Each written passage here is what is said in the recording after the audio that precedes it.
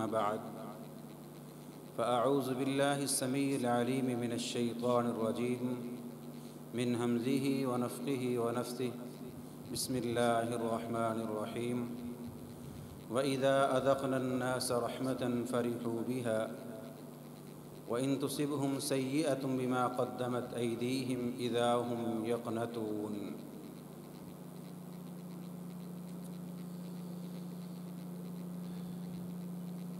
میرے عزیز دوستو، بھائیو، بزرگو، جب سے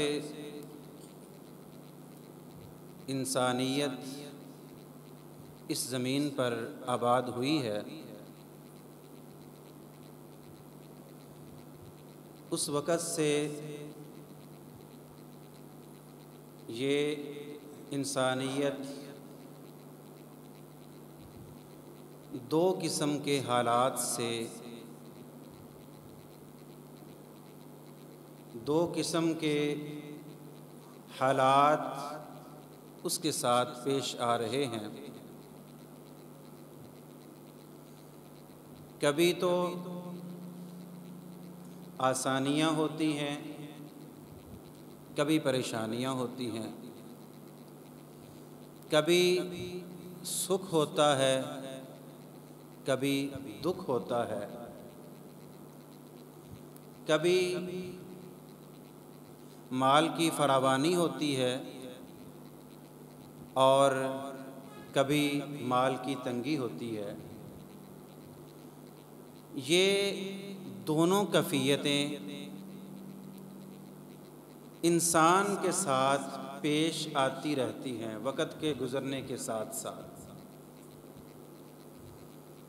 اور ان دو حالتوں کے اندر انسان کی بھی دو حالتیں ہو جاتی ہیں، انسان بھی دو حصوں میں تقسیم ہو جاتا ہے۔ بعض ایسے لوگ ہیں جن کو ایمان کی لذت حاصل ہے، ایمان کی مٹھاس جو چکھ چکے ہیں، ان کی کیفیت کیا ہوتی ہے ایسے حالات کے اندر، اور جو ایمان کی لذت سے ناآشنا ہیں ان کی کیفیت کیا ہوتی ہے۔ ان دونوں حالتوں کے اندر دونوں شخصیات کی حالتیں دونوں حالتوں کے اندر مختلف ہوتی ہیں۔ جو ایمان کی لذت سے آشنا شخص ہے، اس کی حالت رسول اللہ صلی اللہ علیہ وسلم نے اپنی زبان مبارکہ سے ان الفاظ کے ساتھ فرمائی ہے: عجبا لامر المؤمن ان امرہ کلہ لہ خیر، کہ مومن کا معاملہ ہی عجیب ہے، اس کے لیے ہر حالت کے اندر خیر ہی خیر ہے، بھلائی ہی بھلائی ہے۔ ان اصابتہ سراء شکر، اگر خوشی ملتی ہے، آسانیاں آتی ہیں، سکھ ملتے ہیں تو اللہ کا شکر ادا کرتا ہے، اور اگر اسے تکلیف آتی ہے، پریشانی آتی ہے، صبر، وہ صبر کرتا ہے، فکان خیر لہ، تو اس کے لیے یہ بہتر ہے۔ جبکہ اس کے مقابلے میں جو ایمان کی لذت سے آشنا نہیں ہے، اس کی کیفیت کیا ہوتی ہے؟ وَإِذَا أَذَقْنَا النَّاسَ رَحْمَةً فَرِحُوا بِهَا، جب آسانیاں ہوتی ہیں، مال کی فراوانی ہوتی ہے اور سکھ ہی سکھ ہوتے ہیں تو بڑا خوش ہوتا ہے۔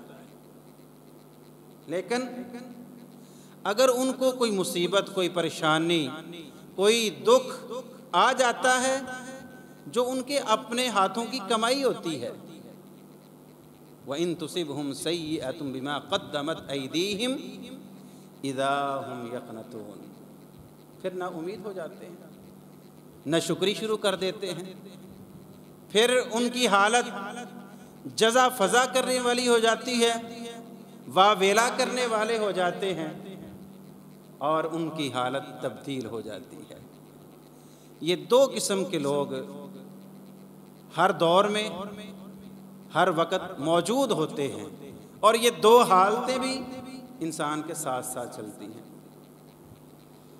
جیسے آج کل ہمارے حالات چل رہے ہیں، ہمارے نجی حالات ہوں، ہمارے علاقے کے حالات ہوں، یا ہمارے ملکی حالات ہوں، وہ پریشانیوں سے بھرے ہوئے ہیں، وہ تنگیاں ہیں، وہ معاشی طور پر ہوں، وہ پریشانیاں سیاسی طور پر ہوں۔ یہ جو آج کل حالات بنے ہوئے ہیں، ان حالات یہاں تک پہنچانے کا ذمہ دار کوئی اور نہیں ہے بلکہ ہمارے اپنے اعمال ہیں، کیونکہ اللہ رب العالمین قرآن مجید میں ارشاد فرماتے ہیں وما اصابتکم من مصیبت فبما کسبت ایدیکم ویعفو عن کثیر۔ جو بھی کوئی مشکلات اور پریشانی یا کوئی مصیبت اگر تمہارے پاس آئی ہے نا تو تمہارے ہاتھوں کی کمائی ہے، اللہ نے بہت سارے تمہارے گناہوں سے درگزر کیا ہوا ہے، یہ تو تھوڑے تھے۔ اب ہم یہ سمجھتے ہیں، ہم نے یہ تسلیم کر لیا کہ یہ ہمارے اپنے ہی گناہوں کی سزا ہے، کیونکہ اگر ہم غور کریں پہلی امتوں کے اندر کوئی ایک خرابی تھی، کوئی ماپ تول میں کمی کرتا تھا تو اللہ نے اس کے اوپر عذاب دے کر اسے تباہ و برباد کر دیا، کوئی دھوکہ اور فراڈ کرتا تھا، کسی قوم کے اندر فحاشی عام تھی۔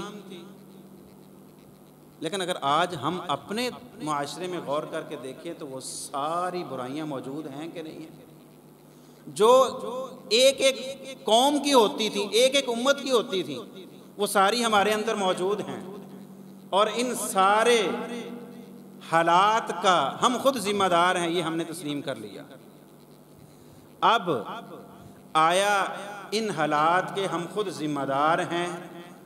کیا کوئی نکلنے کا راستہ ہمارے لیے ہے یا ہم اب پھر اللہ کے عذاب کا انتظار کریں؟ یہاں پر بھی دو حصوں میں لوگ تقسیم ہو جاتے ہیں۔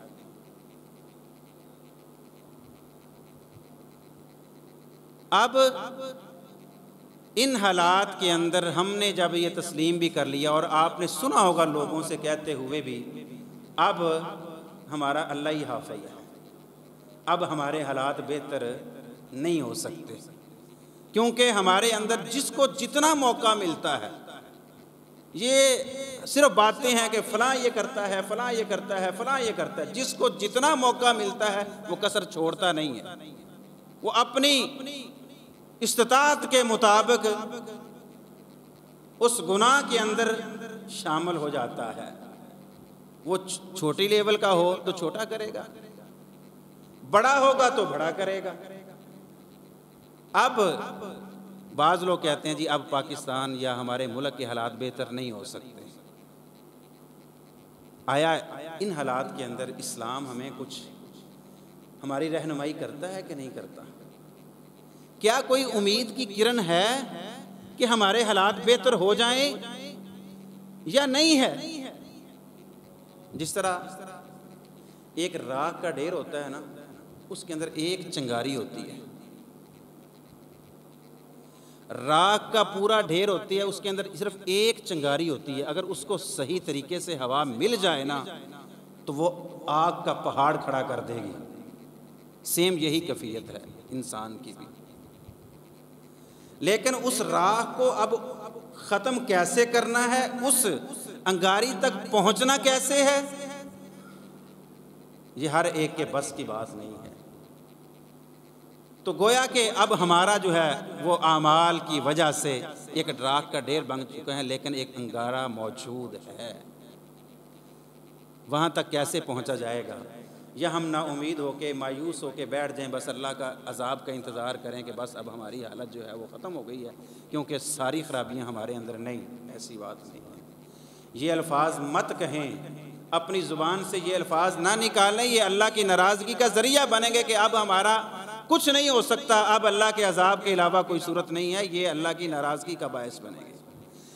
یہ کون لوگ ایسے الفاظ کرتے ہیں؟ گناہوں کی دلدل میں پھنسے ہوئے لوگ اور اللہ کی نافرمانیوں کے اندر گرے ہوئے لوگ اللہ کی رحمت سے نا امید ہو چکے ہیں، یہ ایسی بات نہیں ہونی چاہیے، بلکہ یہ صرف وہ بات کرتا ہے جس کو اللہ کی رحمت کی وسعتوں کا اندازہ نہیں ہے۔ جو شخص اللہ کی رحمت کی وسعتوں سے آشنا ہے وہ یہ بات نہیں کرتا، کیونکہ رحمتی وسعت کل شیء۔ اللہ رب العالمین فرماتے ہیں کہ میری رحمت ہر چیز پر وسیع ہے۔ اور دوسری جگہ پر اللہ رب العالمین ارشاد فرماتے ہیں قل یا عبادی الذین اسرفوا علی انفسہم لا تقنطوا من رحمت اللہ، میری رحمت سے نا امید نہ ہونا۔ گناہوں کی دلدل میں پھنسے ہوئے ہو اور نافرمانیاں کر کے اور ہر ساری قوموں کے گناہ اپنے اندر سمیٹے ہوئے ہو، اللہ تو کون کون سا گناہ ہمارا معاف کرے گا؟ اللہ تو نے کہہ تو دیا قل یا عبادی الذین اسرفوا علی انفسہم لا تقنطوا من رحمت اللہ۔ اللہ کون کون سے گناہ معاف کرے گا؟ ہمیں تو شرم آتی ہے گناہ گنواتے ہوئے کہ ہم نے کون کون سے گناہ کر لیے۔ اللہ کا جواب آگے کیا ہے؟ ان اللہ یغفر الذنوب جمیعا۔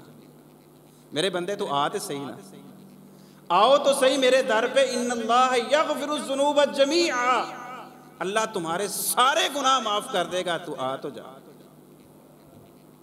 اور اسی طرح اللہ رب العالمین شاہ فرماتے ہیں نبئ عبادی انی انا الغفور الرحیم، میں غفور الرحیم ہوں، میرے بندوں کو خبر دی دیجئے۔ لیکن ساتھ یہ بھی ہے کہ میرا ان عذابی هو العذاب العلیم، جو میرے در پہ نہیں آئے گا نا، گناہوں کے باوجود، میرے بلانے کے باوجود نہیں آئے گا، تو میرا عذاب بھی دردناک عذاب ہے پھر۔ اور دوسری جگہ پر ارشاد فرمایا ان ربک لذو مغفرۃ للناس علی ظلم، لوگوں کے ظلم کے باوجود میں لوگوں کے گناہوں پر پردہ ڈال دیتا ہوں، معاف کر دیتا ہوں۔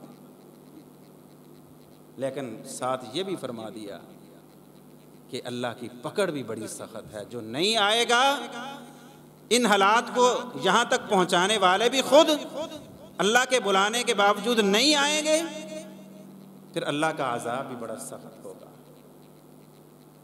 اور یہاں پر ایک بات اللہ رب العالمین نے اس آیت کے اندر قل یا عبادی الذین اسرفوا علی انفسہم آخر میں فرمائی انہ هو الغفور الرحیم۔ یہ بہت بڑی بات اللہ رب العالمین نے کر دی ہے کہ اللہ رب العالمین غفور بھی ہے، رحیم بھی ہے۔ غفور کا مطلب کیا ہے؟ پردہ ڈالنے والا، اور رحیم کا مطلب ہے رحم کرتے ہوئے انعامات اور دینے والا۔ تم آ جاؤ، زمین و آسمان کے برابر گناہ غلطیاں لے کے آ جاؤ، میں تمہیں معاف کر دوں گا۔ کیوں؟ انہ هو الغفور الرحیم۔ امام شعراوی ہیں، تفسیر شعراوی کے اندر اس انداز سے مثال کے ساتھ سمجھاتے ہیں غفور اور رحیم کا مطلب۔ وہ کہتے ہیں کہ کسی آدمی نے چوری کی، ایک آدمی چوری کرتا ہے، پیشہ ور چور نہیں ہے، چوری کی اس نے، محلے کے بڑے نے اسے پکڑ لیا، چودھری نے پکڑ لیا اسے۔ اب وہ آگے سے منت اور سماجت شروع کر دیتا ہے، معافیاں مانگنی شروع کر دیتا ہے، اور اسے اپنی مجبوریاں بتلاتا ہے کہ میری یہ مجبوری تھی، میں کوئی پیشہ ور چور نہیں ہوں، میں کوئی پیشہ ور چور نہیں ہوں، میری یہ مجبوری تھی یا یہ مجبوری تھی یا یہ مجبوری تھی۔ اس چودھری کو، بڑے آدمی کو ترس آ جاتا ہے، اور ترس آتا ہے تو وہ کیا کرتا ہے کہ اس فعل پر پردہ ڈال دیتا ہے، کہتا ہے میں کسی کو نہیں بتاؤں گا محلے میں، نہ پولیس کو بتاؤں گا، نہ کسی کو بتاؤں گا۔ اس کے اوپر پردہ ڈال دیتا ہے اور اپنی جیب سے پیسے نکال کے اسے دیتا ہے، کہتا ہے جا اپنی ضرورت بھی پوری کر لے اور کاروبار کے لیے اپنے آپ کو کھڑا کر لے۔ 40-50 ہزار دے دیا جیب سے، کہا اپنے گھر کی ضرورت بھی پوری کر لے اور اپنے پاؤں پہ کھڑا ہو جا، کوئی تھوڑا سا تجارت کا سلسلہ شروع کر دے تاکہ تیری روزی روٹی کا ذریعہ بن جائے۔ تو اس نے جو اس چوری پر پردہ ڈالا ہے، یہ غفور کا مطلب ہے۔ اور رحیم کیا ہے؟ رحم کرتے ہوئے جو اسے انعامات دیے ہیں، جو اسے پیسے دیے ہیں کہ ضرورت بھی پوری کر لے اور پھر اپنے پاؤں پر کھڑا بھی ہو جا، یہ ہے کائنات کا رب، تمہارے سارے گناہوں پہ پردہ بھی ڈال دے گا، تمہیں انعامات بھی دے گا۔ فَأُولَٰئِكَ يُبَدِّلُ اللَّهُ سَيِّئَاتِهِمْ حَسَنَاتٍ، اللہ تمہارے ان سارے گناہوں کو نیکیوں میں بدل دے گا۔ یہ ہے غفور الرحیم۔ تو اللہ کی رحمت سے کبھی بھی حالات جتنے بھی کٹھن ہو جائیں، اللہ کی رحمت سے نا امید نہیں ہونا۔ اور نا امید وہی شخص ہوتا ہے جس شخص کو اللہ کی رحمت کی وسعتوں کا اندازہ نہیں ہوتا۔ اور دوسرا ایک بڑا سبب ہوتا ہے کہ جو انسان کو مایوس کر دیتا ہے، وہ ہے کہ اپنے اوپر خوف کو زیادہ مسلط کر لینا۔ جس طرح، اس کو ایک مثال کے ساتھ سمجھاتا ہوں۔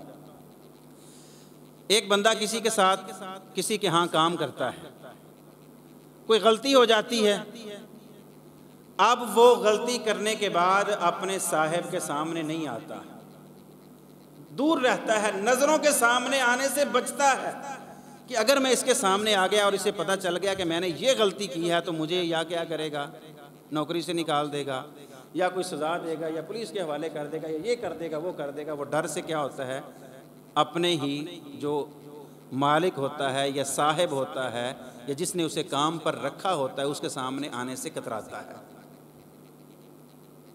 غلطی ہو گئی، سیم ایسے ہی بعض اوقات انسان کی کیفیت بن جاتی ہے، گناہ ہو گئے، غلطی ہو گئی، لیکن اب اللہ کے سامنے آتا نہیں ہے، ڈرتا نہیں ہے، ڈرتا ہے، کہتے ہیں اللہ کے سامنے میں کیا منہ لے کے جاؤں گا کہ یہ میں نے گناہ کر، اتنا کبھی گناہ میں نے کر لیا ہے، کس منہ سے اللہ کے سامنے جا کے معافی مانگوں۔ یہ خوف انسان کو اللہ سے دور کر دیتا ہے۔ شیخ الاسلام ابن تیمیہ رحمہ اللہ یہاں پر فرماتے ہیں کہ خوف کی ایک حد ہے، خوف کی ایک حد ہے، جب وہ حد کراس ہوگی تو وہ خوف قابل تعریف نہیں، قابل مذمت ہو جائے گا۔ خوف کی حد کیا ہے کہ خوف وہی قابل تعریف ہے کہ جو انسان کو گناہ سے روک دے یا نیکی کا کام کرنے کی ترغیب دلا دے، یہاں تک خوف بہتر ہے، قابل تعریف ہے۔ جب اس سے آگے بڑھے گا تو یہ اللہ کی رحمت کے ساتھ بے ادبی کے اندر آئے گا اور یہ قابل تعریف نہیں، قابل مذمت بن جائے گا۔ یہاں پر ایک میں واقعہ بیان کرتا ہوں کہ خوف کی جب کیفیت طاری ہوتی ہے تو بندہ بعض اوقات اگلے بندے کا گناہ دیکھ کر نا اس کو کیا کرتا ہے، نا امید کر دیتا ہے، نہیں اب تمہاری معافی کوئی نہیں ہونی۔ امام بخاری رحمہ اللہ صحیح بخاری کے اندر واقعہ ذکر کرتے ہیں، لمبا واقعہ ہے۔ بنی اسرائیل کے اندر ایک بندہ ہے، اس نے 99 قتل کر دیے، معروف واقعہ آپ نے سنا ہوا ہوگا، 99 قتل کر دیے۔ اور اس کے بعد کیا ہوا، دل میں خوف پیدا ہوا۔ اب اس کے دل میں تو خوف پیدا ہو گیا کہ میں اللہ کے در پہ چلا جاؤں، لیکن ڈھونڈ رہا ہے، تلاش کر رہا ہے کوئی ایسا بندہ مجھے ملے جو میری رہنمائی کرے کہ کیا میری معافی ہو سکتی ہے۔ لوگوں سے پوچھتا پھر رہا ہے، اور لوگوں سے پوچھتا کیا ہے کہ جو اہل زمین میں زیادہ جاننے والے ہیں ان کا بتاؤ۔ اس واقعے سے بہت سارے مسائل ثابت ہوتے ہیں، انشاءاللہ میں چند ذکر کروں گا۔ اس نے کس کا پوچھا، اہل علم کا پوچھا، عام بندے کا نہیں پوچھا۔ اس نے کہا جو اہل زمین میں سب سے زیادہ جاننے والے ہیں ان کے بارے میں مجھے بتاؤ تاکہ میں جا کر اپنے مسئلے کا حل ان کے سامنے پیش کروں۔ کیا ہے؟ تو لوگوں نے ایک راہب کے بارے میں کہا کہ فلاں راہب ہے، اس کے پاس چلے جاؤ۔ راہب کون ہوتا ہے؟ جو عالم نہیں ہوتا، راہب عالم نہیں ہوتا، عبادت گزار ہوتا ہے۔ یہ وہ رہبانیت اختیار کرنے والے ہیں جن کے بارے میں اللہ نے قرآن مجید میں ارشاد فرمایا ہے کہ ہم نے ان کے اوپر رہبانیت لکھی نہیں تھی، وَرَهْبَانِيَّةً ابْتَدَعُوهَا مَا كَتَبْنَاهَا عَلَيْهِمْ، ہم نے نہیں لکھی تھی، لیکن انہوں نے یہ رہبانیت خود اختیار کی اللہ کا قرب حاصل کرنے کے لیے۔ جس طرح رسول اللہ صلی اللہ علیہ وسلم کے زمانے میں بھی ایسے ہوا تھا نا کہ 3 صحابہ آئے، آ کر ازواج مطہرات سے پوچھنے لگے کہ اللہ کے نبی کی عبادت کا طریقہ کار کیا ہے، فرمایا بتایا سارا تفصیل۔ تینوں بندوں نے کہا، ایک بندہ کہتا ہے ساری زندگی میں عبادت ہی کرتا رہوں گا، میں رات ساری قیام کرتا رہوں گا، سوؤں گا نہیں۔ تیسرے نے کہا شادی نہیں کروں گا، عبادت کے اندر گزار دوں گا۔ اللہ کے نبی صلی اللہ علیہ وسلم جب واپس آئے، بتایا، آپ صلی اللہ علیہ وسلم نے تینوں کو واپس بلا لیا، پوچھا ہاں بھی تم نے یہ بات کہی؟ کہا ہاں۔ آپ نے کہا ہاں کہا، آپ نے کہا ہاں کہا۔ کہا اللہ کے نبی صلی اللہ علیہ وسلم نے میں روزہ رکھتا بھی ہوں، افطار بھی کرتا ہوں، میں اللہ کی عبادت بھی کرتا ہوں، شادیاں بھی کی ہوئی ہیں، رات کو قیام بھی کرتا ہوں، سوتا بھی ہوں۔ فمن رغب عن سنتی فلیس منی، جس نے میرے طریقے سے اعراض کیا وہ میرے طریقے پر ہے ہی نہیں، وہ میرے طریقے سے اعراض کر گیا ہے، میرے طریقے کو چھوڑ کر کوئی عبادت بھی، حالانکہ روزہ اتنی بڑی عبادت ہے کہ کل قیامت کے دن سفارش بن کے اللہ کے سامنے کھڑا ہو جائے گا، اللہ میں سفارش کرتا ہوں۔ رات کا قیام سفارشی بنے گا۔ عبادت بہت بڑے اجر و ثواب کا کام ہے، لیکن جب طریقہ غلط ہو جائے گا تو وہ عمل سارا غلط ہو جائے گا۔ تو یہ راہب کے پاس چلا گیا۔ آج کل بھی ایسے ہوتا ہے، بعض اوقات لوگ کسی کی نیکی کو نیک ہوتا ہے، اللہ اس کی نیکی کو قبول کرے، اسے عالم سمجھ لیتے ہیں اور اس کے پاس جا کر مسئلے مسائل پوچھنے شروع کر دیتے ہیں۔ وہ سمجھتا ہے پتہ نہیں میں کیا بن گیا ہوں، اور لوگوں کو پھر فتوے دیتا ہے۔ اتخذ الناس رؤوسا جہالا، لوگ پھر جاہلوں کو کیا پکڑ لیتے ہیں، اپنا پیشوا بنا لیتے ہیں، اور خود بھی گمراہ ہوتے ہیں، لوگوں کو بھی گمراہ کر دیتے ہیں۔ اور یہی اس کے ساتھ بیچارے کے ساتھ ہوا۔ لوگوں نے اس کی نیکی کو دیکھا، کہا راہب کے پاس چلے جاؤ۔ راہب کے پاس چلے گئے، راہب سے جا کر کہا کہ میں نے 99 قتل کیے۔ آگے سے اس نے کیا کہا، 99 قاتل، تیری معافی کوئی نہیں ہونی، تیری معافی، اتنا بڑا جرم کر کے آئے ہو اور اب معافی مانگ رہے آگے ہو، تمہاری کوئی معافی نہیں۔ علم نہیں تھا۔ اور بعض لوگ، یہاں پر ایک بات کرتا ہوں، بعض لوگ ہوتے ہیں ایسے کہ علم نہیں ہوتا، کسی نے مسئلہ پوچھا تو وہ کہتے ہیں کہ ہم نے لازمی بتانا ہے، اگر نہیں بتاؤں گا تو اپنی بے عزتی محسوس کرتے ہیں، اپنی بے عزتی محسوس کرتے ہیں کہ اگر میں نے نہ بتایا تو لوگ کیا سمجھیں گے کہ اس کے پاس علم نہیں ہے۔ یہی ہمارے استاد محترم ہیں، مدینہ یونیورسٹی کے اندر ہمیں پڑھاتے تھے، شیخ عبد المحسن العباد حافظہ اللہ، ابھی موجود ہیں، ہمارے بھی استاد ہیں، ہمارے استادوں کے بھی وہاں پر استاد تھے، جو ہمارے مشائخ وہاں پر پڑھ کے ان کے استاد تھے، یعنی 3 پشتوں کے استاد ہیں وہ، ابھی بھی الحمدللہ موجود ہیں، اللہ ان کو صحت اور عافیت والی لمبی زندگی عطا فرمائے۔ ہم نے ان کو دیکھا جب حج کا موسم ہوتا تھا، لوگ پوری دنیا سے آ کر سوالات کر رہے ہوتے تھے، وہ جوابات دے رہے ہوتے تھے، لیکن کبھی کبھی ایسا بھی آتا تھا مسئلہ کہ کیا دیتے تھے، لا ادری، مجھے نہیں پتا۔ یہ کوئی عیب نہیں ہے بھائی، یہ دین سازی نہیں ہے کہ اپنی مرضی سے لوگوں کو بتاتے رہو کہ اتنا بڑا عالم مسجد نبوی کے اندر بیٹھے ہوئے ہیں اور پوری دنیا سے لوگ آئے ہوئے ہیں، مسئلے کا نہیں پتہ چلا، بے جھجک کہہ دیا لا ادری، مجھے نہیں پتا۔ لیکن ہمارے ہاں یہ بعض اوقات خرابی ہوتی ہے کہ کہتے ہیں جی لازمی، اگر نہ بتایا تو لوگوں کے اندر میری عزت کیا رہے گی۔ نہیں نہیں نہیں، یہ دین کا معاملہ اتنا حساس ہے کہ جب علم نہیں ہے تو اپنی زبان کو دین کے معاملے میں روک لو، بند کر لو، نہ بتاؤ، کہو علماء کی طرف بھیج دو کہ مجھے نہیں پتا، فلاں کے پاس چلے گا۔ اس نے کیا کیا، نہ جی تمہاری معافی کوئی نہیں ہونی۔ اچھا، اس کو مایوس کر دیا۔ تو یہاں سے ایک ہمیں یہ بھی پتہ چلتا ہے، اب مایوس کیا اس نے کہ جہاں 99 قتل کیے ہیں وہاں 100 پورا کیوں نہ کر دوں، اس کو بھی قتل کر دیا۔ یہاں سے اہل علم کہتے ہیں کہ ایک مسئلہ ثابت ہوتا ہے کہ بعض اوقات جب بندہ گناہوں کی دلدل میں پھنسا ہوا ہو اور نا امید ہو جائے نا، تو یہ اس کو نا امید کر دیا جائے تو وہ مزید گناہ زیادہ کرنے کی ہمت اس کے اندر پیدا ہو جاتی ہے، جس طرح اس کے اندر ہمت پیدا ہو گئی اور اس نے اور پھر قتل کر دیا۔ اب 100 قتل ہو گئے، پھر دل میں خیال آیا یہ کیا ہو گیا، پھر لوگوں سے پوچھنے لگا، پھر اہل علم کے بارے میں اسے رہنمائی کی گئی، فلاں جگہ پر ایک عالم رہتا ہے اور اس کے پاس چلے گا۔ اس کے پاس گیا، پوچھا، اس نے کہا، اس کا جواب پتا کہ صحیح بخاری کے الفاظ ہیں، کیوں توبہ قبول کیوں نہیں ہوگی تیری؟ یہ الفاظ ہیں کہ تمہاری توبہ قبول کیوں نہیں ہوگی؟ 100 قتل کر کے آئے گا، پھر کیا ہو گیا؟ اللہ کی رحمت کے دروازے بند تو نہیں ہو گئے، اللہ کی رحمت کے دروازے کھلے ہیں۔ یہ ہے عالم اور غیر عالم میں فرق ہے۔ آنے والا جو ہے وہ گناہوں سے لت پت ہے، لیکن اس کی اس انداز سے حوصلہ افزائی کی، اس کو کہا کہ تیری توبہ قبول کیوں نہیں ہوگی؟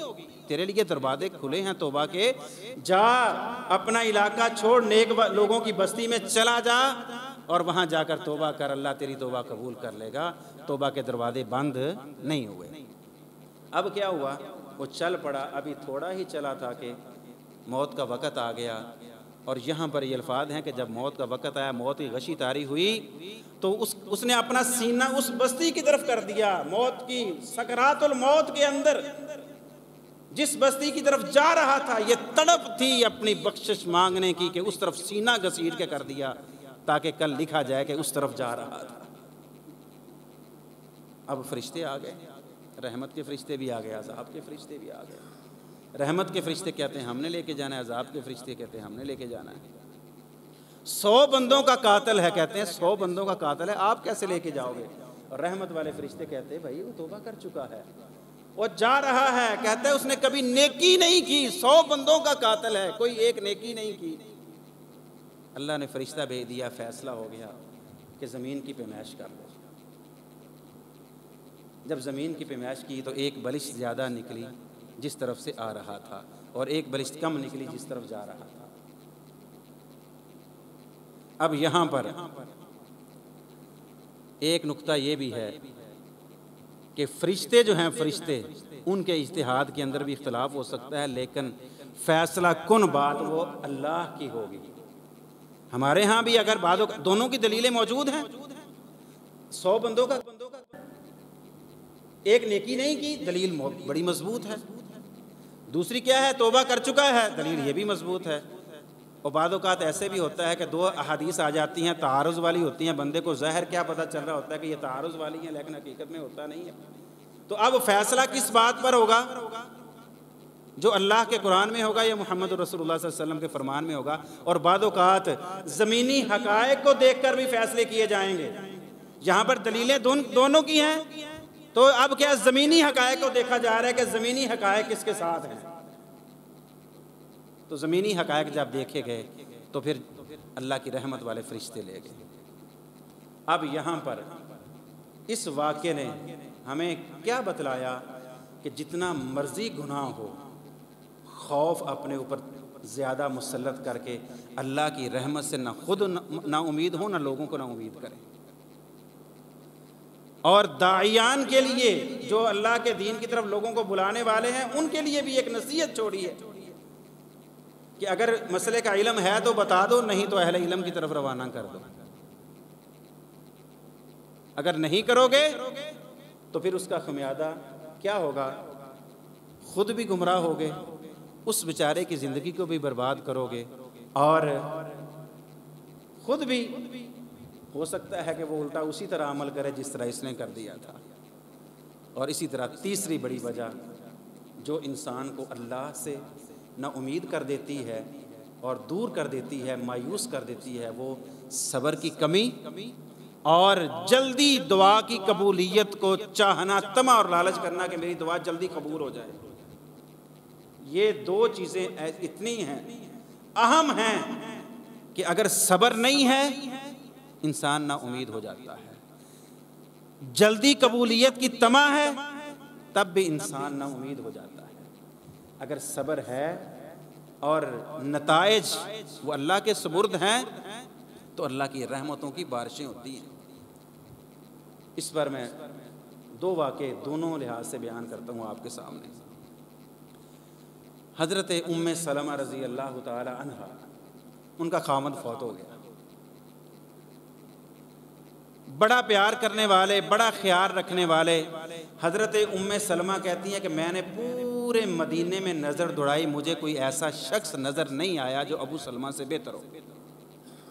رسول اللہ صلی اللہ علیہ وسلم کی حدیث موجود تھی، اور رسول اللہ صلی اللہ علیہ وسلم نے فرمایا تھا جب کسی کو کوئی دکھ اور پریشانی پہنچے تو کیا کہے؟ انا للہ و انا الیہ راجعون، اللہم اجرنی فی مصیبتی واخلف لی خیرا منہا۔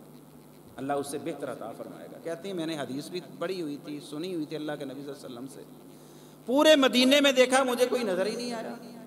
کہا کون ہوگا جو ابو سلمہ سے بہتر ہوگا؟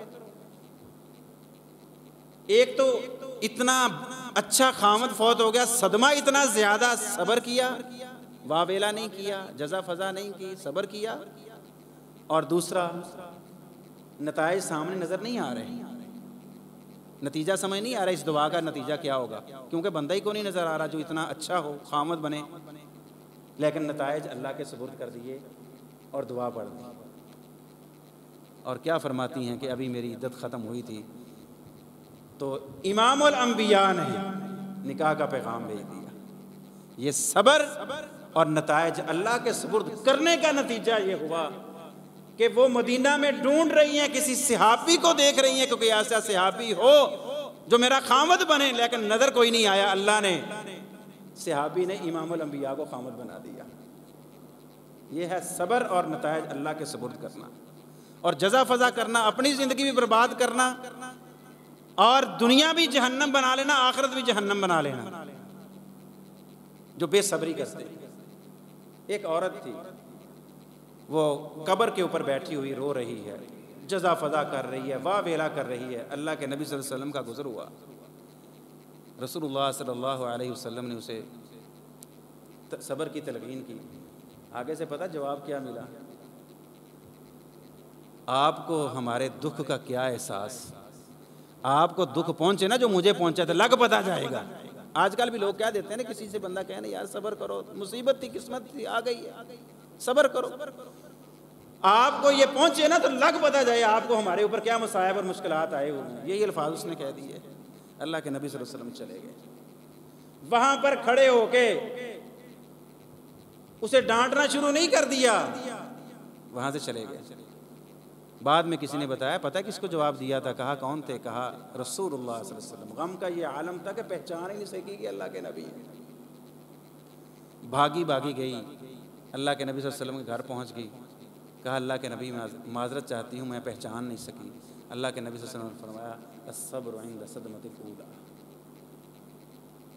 صبر اس وقت ہے جب تکلیف پہنچے۔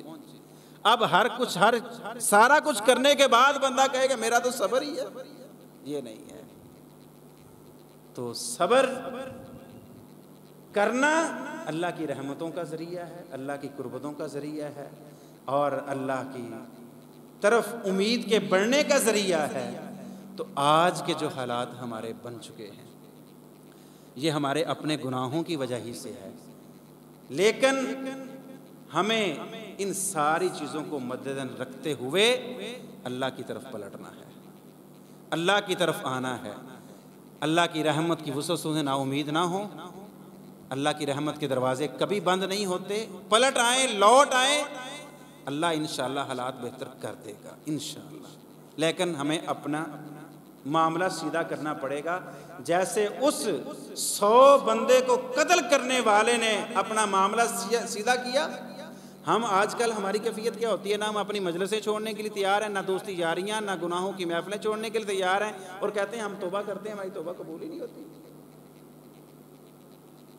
اس بندے نے اپنا علاقہ چھوڑ دیا، اپنی محفلیں چھوڑ دی اور نیک لوگوں کی طرف چل پڑا۔ جب نیت خالص ہو، توبہ کی، تو پھر بندہ وہ ہر سارے وسائل اور اسباب ختم کر دیتا ہے، وہ رشتے ناطے ختم کر دیتا ہے جو اسے اللہ سے دور کر رہے ہوتے ہیں، جو گناہ کے اندر اسے داخل کر رہے ہوتے ہیں، اسے ختم کر دیتا ہے اور خالصتاً اللہ کی رضا کے لیے آ جاتا ہے۔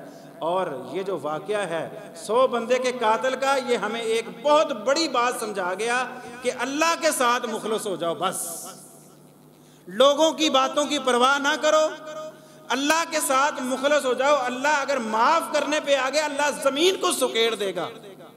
زمین زیادہ تھی لیکن اللہ کے ساتھ مخلص ہو جاؤ، اللہ زمین کو سکیڑ دے گا، تمہیں اپنی جنتوں کا مالک بنا دے گا، بشرطے کہ اللہ کے ساتھ مخلص ہو جاؤ۔ آج اگر ہم چاہتے ہیں کہ ہمارے حالات بہتر ہوں، معاشی طور پر، سیاسی طور پر، اور اسی طرح ہمارے جو آپس میں مشکلات ہیں یہ ساری ٹھیک ہوں، تو اللہ کے ساتھ مخلص ہو جاؤ، پلٹ آؤ، لوٹ آؤ اللہ کی طرف، پھر دیکھنا اللہ کی رحمتیں کیسے برستی ہیں۔ اللہ رب العالمین سے دعا ہے کہ اللہ رب العالمین جو ہم نے سنایا اس پر عمل پیرا ہونے کی توفیق عطا فرمائے۔ وما علیہ الا البلاغ۔